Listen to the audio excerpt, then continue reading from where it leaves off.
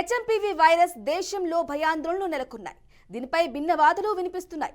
కొందరు వైరస్ కు అంత సీన్ లేదని అంటుంటే మరికొందరు మాత్రం తక్కువ అంచనా వేయకూడదంటున్నారు. హెచ్ఎంపీవీ వైరస్ ప్రాణాంతకమేమీ కాదని ప్రముఖ internal medicine specialist doctor M V Rao అంటున్నారు. కానీ వ్యక్తిగత శుభ్రత పాటించాల్సిన అవసరం ఉందంటున్నారు. హెచ్ఎంపీవీ వచ్చి వెళ్లిపోతుందని, దాన్ని తట్టుకోగలిగిన ఇమ్యూనిటీ భారతీయుల్లో ఉందంటున్నారు డాక్టర్ ఎంపీ రావుతో మా ప్రతినిధి Dhanalakshmi face to face. BRK news. So HMPV virus కొత్త వైరస్ వచ్చింది.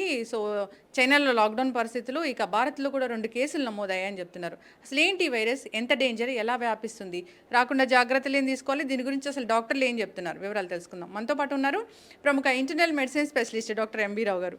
డాక్టర్ గారు నమస్తే అండి. నమస్తే అండి. డాక్టర్ గారు, జనరల్గానే వైరస్ల సీజన్ ఇది, శీతాకాలం అంటే వైరస్ల సీజన్. ఇప్పుడైతే భయపెట్టే వైరస్ వచ్చింది, హెచ్ఎంపీవీ వైరస్. చైనాలో చాలా కేసులు నమోదయ్యాయి అంటున్నారు. ఏంటి డాక్టర్ గారు, భారత్లో కూడా 2 కేసులు వచ్చాయి, అసలు ఏంటిది? ఇది కొత్త వైరస్ ఏం కాదు. హెచ్ఎంపీవీ అని చాలా పాత వైరస్. దాదాపు 25 సంవత్సరాల క్రితమే ఇది మనం నెదర్లాండ్లో చూశారు. అప్పటి నుంచి అనేక దేశాల్లో, ప్రపంచం మొత్తం దాదాపు అన్ని దేశాల్లో ఇది కనబడుతూనే ఉంది. 5 సంవత్సరాల పిల్లలందరిలో కూడా దాదాపు 90-100% పిల్లల్లో ఇది వచ్చిపోతుంది. సో ఈ వైరస్ వచ్చినప్పుడు సాధారణ జలుబు ఉంటుంది. ముఖ్యంగా ఇది 6 నుంచి 12 నెలల వయసు ఉన్న పిల్లవాళ్ళు ఎక్కువ కనపడుతుంది. అలాగే పెద్దవాళ్ళు కూడా 60 సంవత్సరాలు దాటిన వాళ్ళు కూడా ఇది కొంతవరకు జబ్బు కలిగించే అవకాశం ఉంది. కాకపోతే ఇది కొత్త వైరస్ కాదు. అదేవిధంగా చాలామంది వాళ్ళ ఇమ్యూనిటీ కూడా ఉంటుంది, అంటే తాత్కాలిక ఇమ్యూనిటీ ఉంటుంది. కాకపోతే దీనికి మాటి కూడా ఇన్ఫెక్షన్ వచ్చే అవకాశం ఉంది. అయితే ఈ వైరస్ ఏమైందంటే, ఇప్పుడు చైనాలో మన సోషల్ మీడియాలో చూడటం వల్ల చాలా మాస్కులు వేసుకుంటున్నారు, హాస్పిటల్ కొంచెం అడ్మిషన్ ఎక్కువని చెప్పగానే మనం భయపడుతున్నాం. ఎందుకంటే చైనా ప్రభుత్వం ఎప్పుడు కూడా సమాచారం సరిగ్గా ఇవ్వదు, మనకు తెలుసు. దానివల్ల భయపడటం. ఇంకొకటి అంటే, మనం కోవిడ్ వల్ల చాలా నష్టపోయాం, చాలా బాధలు పడ్డాం. సో దానివల్ల వైరస్ అనగా మనం చైనా వైరస్ని పేరు పెట్టి భయపడుతున్నాం. కాకపోతే ఆ వైరస్కి ఈ వైరస్ తేడా ఏంటంటే, ఆ వైరస్ వచ్చినప్పుడు అది కొత్తగా వచ్చింది. ప్రపంచంలో ఏ వ్యక్తికి కూడా ఇమ్యూనిటీ లేదు అప్పుడు. అది ఫ్రెష్గా వచ్చింది కాబట్టి చాలా తొందరగా అందరికీ పాకి చాలామంది చనిపోయారు. ఈ వైరస్ చాలా వరకు అన్ని దేశాలు ఉంది కాబట్టి ఎంతో కొంత ఇమ్యూనిటీ మనకు ఉంది. అది కాకుండా ఈ వైరస్ వల్ల చనిపోయిన దాఖలు చాలా తక్కువ. ముఖ్యంగా ఏదైనా హెల్త్ కండిషన్, అవును, ఇమ్యూనిటీ తక్కువ ఉన్న వాళ్ళు, ప్రీమెచ్యూర్ బేబీస్లో, ఆల్రెడీ ఆస్మా ఉన్న బేబీస్లో, క్యాన్సర్ ట్రీట్మెంట్ తీసుకున్న బేబీస్లో, పెద్దవాళ్ళు డయాబెటీస్ కావచ్చు, హైపర్టెన్షన్ కావచ్చు, హార్ట్ ప్రాబ్లం కావచ్చు, హెచ్ఐవి కావచ్చు, కీమోథెరపీ తీసుకునే, క్యాన్సర్కి కీమోథెరపీ తీసుకునే పేషెంట్స్ కావచ్చు, వారిలో దీని ప్రతాపం ఎక్కువ చూపిస్తుంది. చాలా మంది భయపడుతున్నారు, పానిక్ అవుతున్నారు. ఎందుకంటే మనం ఇందాక చెప్పిన కారణమే. ఒకప్పుడు చైనా నుంచి వచ్చిన వైరస్ ముందు కూడా మనం ఏం కాదనుకున్నాం. ఆ తర్వాత చాలామంది పట్టం పెట్టుకుంది, అందువల్ల మనం భయపడుతున్నాం. కాకపోతే ఈ వైరస్ ఆల్రెడీ మన సర్క్యులేషన్ ఉంది. ఆల్రెడీ ప్రపంచం అన్ని దేశాల్లో ఇది ఉంది కాబట్టి ఇప్పటివరకు ఈ వైరస్ వేరియంట్స్, అది ఇందులో 4 వేరియంట్స్ ఉన్నాయి, A1, A2, B1, B2. వీటి వల్ల మనకి ఏం ప్రమాదం అంత ఎక్కువ కాలేదు. సో కాకపోతే ఇది ఇప్పుడేమో రూపాంతరం చెందిందా మనకు ఆ విషయం తెలియదు. ఇప్పుడు ప్రపంచ ఆరోగ్య సంస్థ కలగజేసుకొని వెంటనే ఆ వైరస్ని జెనెటిక్ సీక్వెన్స్ చేసి కొత్త వేరియంట్ వచ్చిందా, ప్రమాదకరంగా మారిందా, మనం ఏం జాగ్రత్తలు తీసుకోవాలని తెలుసుకోవాలి. అది కాకుండా చైనాలో ఇప్పుడు ఏమంటున్నారు, ఇది 5 years కాదు 14 years లోపు వారికి కూడా ఎక్కువ వస్తుంది చెప్తున్నారు.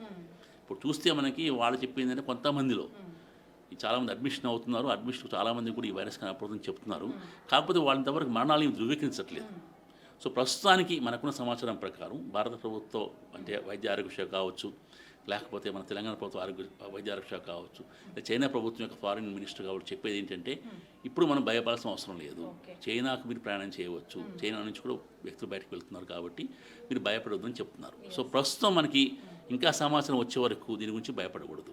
ప్రోటోకాల్ అంటే పాటించాలి తప్పకుండా. మనం కోవిడ్లో ఎలా ఉన్నాం, షేక్ హ్యాండ్ తీసుకోలేదు, హక్ చేసుకోలేదు, అలాగే మాస్క్ ధరించాం, దూరం పాటించాం, ఓవర్ క్రౌడింగ్ ప్లేసెస్, జనసమర్థన ప్లేసెస్ మనం వెళ్ళలేదు, లక్షణాలు వెంటనే డాక్టర్ దగ్గరికి వెళ్ళాం, మాస్క్ వేసుకున్నాం. అదేవిధంగా ఇప్పుడు కూడా లక్షణాలు వస్తాయి, ముఖ్యంగా పిల్లలు లక్షణాలు వస్తే వాళ్ళని స్కూల్కి పంపించవద్దు. టీచర్లు కూడా పిల్లలకి లక్షణాలు ఉంటే వెంటనే వాళ్ళ తల్లిదండ్రులను పిలిచి ఇంటికి పంపించాలి. అదే వాళ్ళకి మాస్క్ ధరించేలా చేయాలి, వాళ్ళని ఐసోలేట్ చేసుకుంటే మంచిది.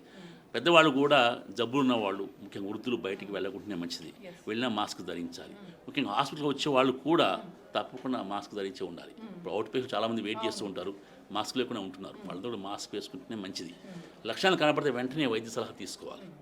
అదే కాకుండా మనం కూడా ఈ చేతి పరిశుభ్రత, personal hygiene, hand hygiene maintain చేయాలి.